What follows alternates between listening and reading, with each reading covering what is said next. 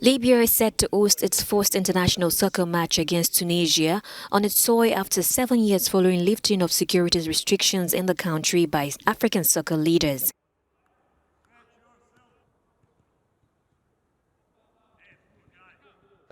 The match will be held in this stadium, the Martyrs of February football stadium, on March 25 next Thursday. We wish our team luck, and certainly this match will give a positive drive to the national team players.